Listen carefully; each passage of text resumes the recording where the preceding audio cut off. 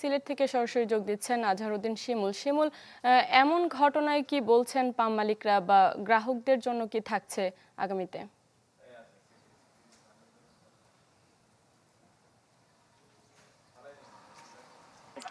দেখুন, গতকাল রাতে যখন এই ঘোষণাটি আসে তখন থেকে আসলে এক ধরনের উত্তপ্ত পরিবেশ বজায় হচ্ছে এবং আমরা এই মুহূর্তে আসলে যে পাম্পে রয়েছি এই পাম্পটি আসলে এখন পর্যন্ত খোলা হয়নি, তার মানে বন্ধ রয়েছে। এবং যারা পাম্প মালিক সমিতির নেতৃবৃন্দরা রয়েছেন তাদের সাথে আমরা পৌনে 7টায় কথা বলেছি। তারা বলেছেন প্রশাসনিক যে হয়রানি তা গত কয়েকদিন ধরে চলমান রয়েছে, যার কারণে আসলে তারা খুবই নাজেহাল অবস্থায় পড়েছেন এবং যার দরুন তারা এই ধর্মঘটের ডাক দিয়েছেন এবং তা অনির্দিষ্টকালের জন্য চলবে বলে তারা আমাদেরকে নিশ্চিত করেছেন। এবং পাম্প মালিক সমিতির যারা নেতৃবৃন্দ রয়েছেন তারা বলছেন যে বিশেষ করে প্রশাসনিক হয়রানি বন্ধ না হলে তারা আসলে আরো কঠোর অবস্থান নেবেন। আপনি জানেন যে এমনিতেই জ্বালানি তেলের যে সংকট সারা দেশব্যাপী রয়েছে এবং সিলেটেও কিন্তু আমরা দেখেছিলাম প্রশাসনের পক্ষ থেকে বেশ কিছু উদ্যোগও নেওয়া হয়েছিল, বিশেষ করে সিলেট মেট্রোপলিটন পুলিশের পক্ষ থেকে এখানে যারা তেল নিতে আসবেন তাদের জন্য লাইসেন্স বাধ্যতামূলক ছিল এবং বেশ কয়েকটি উদ্যোগ আসলে প্রশাসনের পক্ষ থেকে নেওয়া হয়েছিল।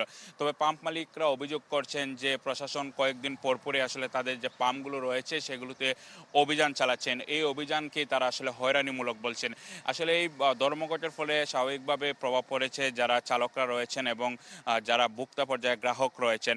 এবং আমরা সকালে এখানে যে পাম্পে রয়েছি সেখানে এসে দেখলাম যে কয়েকজন আসলে গ্রাহক যারা জ্বালানি তেল নেওয়ার জন্য অপেক্ষা করছিলেন কিন্তু তারা খালি হাতেই ফিরে গিয়েছেন। সব মিলিয়ে আসলে পাম্প মালিক সমিতি আমাদেরকে জানিয়েছে যে সকাল 10টার দিকে বিভাগীয় প্রশাসনের সাথে তাদের একটি মত বিনিময় সভা অনুষ্ঠিত হওয়ার কথা রয়েছে, সেখান থেকে হয়তো নতুন কোনো সিদ্ধান্ত আসতে পারে। ঢালাইয়ে দৃঢ়তা, নির্মাণে নিশ্চয়তা, প্রিমিয়ার সিমেন্ট, ঢালাইয়ের রাজা। শিমুল, ধন্যবাদ আপনাকে। দর্শক, সারা দেশে জ্বালানি তেল সংগ্রহে দীর্ঘ অপেক্ষার ভোগান্তির খবর মিলছে প্রতিদিন। আরো খবর জানাতে কুড়িগ্রাম এবং গোপালগঞ্জ থেকে থাকছেন আমাদের সহকর্মীরা। শুরুতেই চলে যাব কুড়িগ্রামে, সেখানে আছেন সহকর্মী গোলাম মওলা সিরাজ। সিরাজ,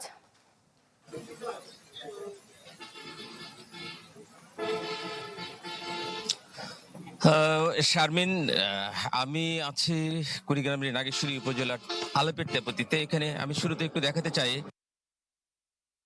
রয়েছে, কিন্তু তার পাশেই যদি আপনাকে একটু দেখাই আমি যে আসলে এখানে প্রায় ভোর থেকে অর্থাৎ ভোর 5টা থেকে কিন্তু এখানে প্রায় ভোর থেকে অর্থাৎ ভোর 5টা থেকে কিন্তু এখানে কয়েকশো গাড়ি ইতিমধ্যে লাইন ধরেছে মহাসড়কের উপর এবং এই পাম্পের চারদিকে যেভাবে নিরাপত্তার ব্যবস্থা করা হয়েছে সব মিলে মনে হচ্ছে যে এখানে একটি যুদ্ধক্ষেত্র।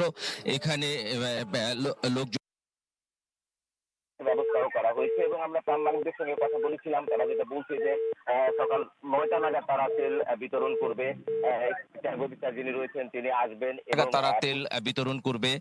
এখানে ট্যাগ অফিসার যিনি রয়েছেন তিনি আসবেন এবং পুলিশ প্রশাসন আসবে, সব মিলে কিন্তু এখানে তেল বিতরণ করা হবে। এবং আমি আবারও দেখাচ্ছি যে আসলে এই যে আমরা প্রায় এখন কিলোমিটার কিলোমিটার জুড়ে কিন্তু এখানে মোটরসাইকেলের লম্বা লাইন আমরা আপনাদেরকে দেখাতে পাচ্ছি এবং প্রত্যেকটি পাম্প যে রয়েছে প্রত্যেকটি পাম্পের কিন্তু একই অবস্থা। এই কুড়িগ্রাম জেলার যতই সময় যাচ্ছে দিন যাচ্ছে ততই কিন্তু আসলে এই যে সংকট, এই সংকটটা বাড়ছে।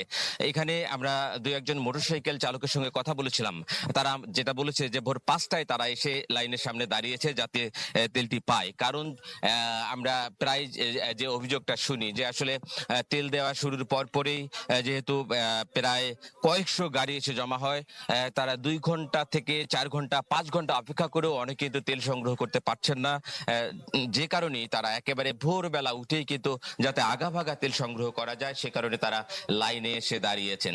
শুধু এই সততা ফিলিং স্টেশনের ব্যাপারটা এরকম নয়, আমরা যেটা দেখেছি যে আসলে জেলার যে 22টি ফিলিং স্টেশন রয়েছে সবগুলোর কিন্তু একই অবস্থা।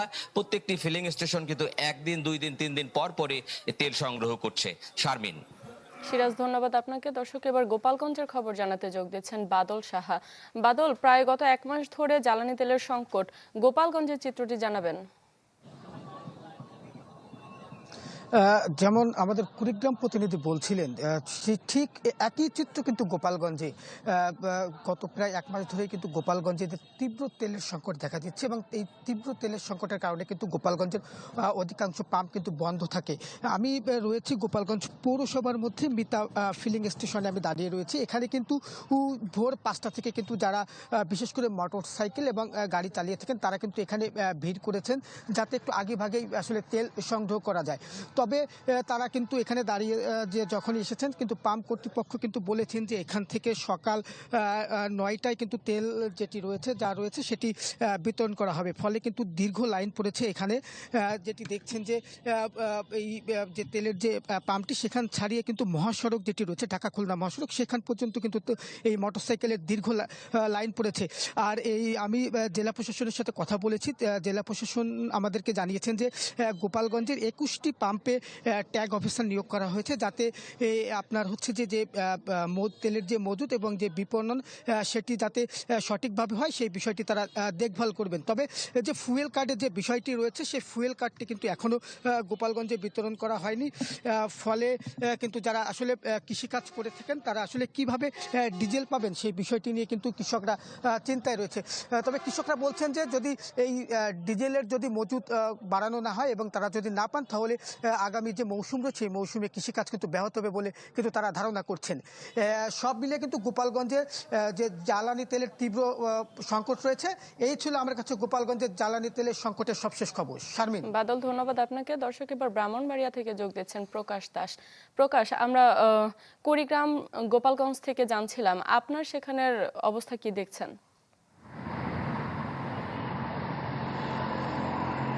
জি শারমিন, জ্বালানি তেল নিয়ে যে সংকট, সেই সংকট কিন্তু আসলে সহসায় কাটছে না। বিশেষ করে সরকারের পক্ষ থেকে নানামুখী উদ্যোগ নেওয়া হলেও বাস্তবিক অর্থে মাঠে কিন্তু তার তেমন সুফল নেই।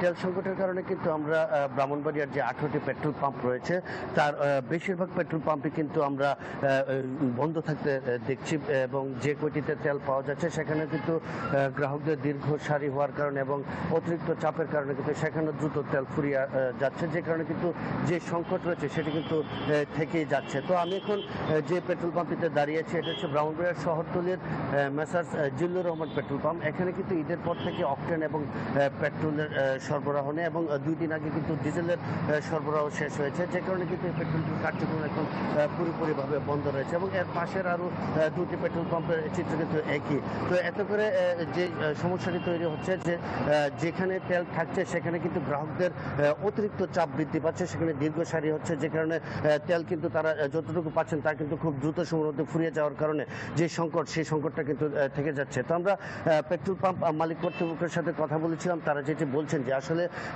ডিপো থেকে কিন্তু তারা স্বাভাবিক সময়ের মতো অকটেন পেট্রোল এবং ডিজেলের সরবরাহ পাচ্ছেন না। যেখানে আগে স্বাভাবিক সময় দেখা যেত যে সপ্তাহে 2 থেকে 3 বার তারা তেলের সরবরাহ পেতেন, সেখানে কিন্তু এখন 1 সপ্তাহ বা 10 দিন পর কিন্তু তারা তেলের সরবরাহ পাচ্ছেন, যে কারণে কিন্তু তাদের এই সংকট রয়েছে। এবং আপনাকে আরো একটি তথ্য দিয়ে রাখি, এই তেলের সংকটকে ঘিরে কিন্তু যারা খুচরা পর্যায়ে রয়েছেন তেল সরবরাহ করেন তাদের মধ্যে কিন্তু একটি মজুদের প্রবণতা লক্ষ্য করা গেছে। আমরা কিন্তু দেখেছি গতকালকে কিন্তু ব্রাহ্মণবাড়িয়ার নাসিরনগরে খুচরা দোকান থেকে 5000 ডিজেল কিন্তু জব্দ করা হয়েছে। তো প্রশাসনের পক্ষ থেকে জানানো হয়েছে যে আসলে অবৈধ মজুদ রোধে প্রশাসনের পক্ষ থেকে তাদের মনিটরিং কার্যক্রম অব্যাহত রয়েছে, এবং কোথাও কোনো রকম অনিয়ম থাকলে কিন্তু তারা ত্বরিত ব্যবস্থা নিচ্ছেন। শারমিন। প্রকাশ, ধন্যবাদ আপনাকে। দর্শক, জ্বালানি তেলের সংকটের খবর জানাচ্ছিলেন আমাদের সহকর্মীরা।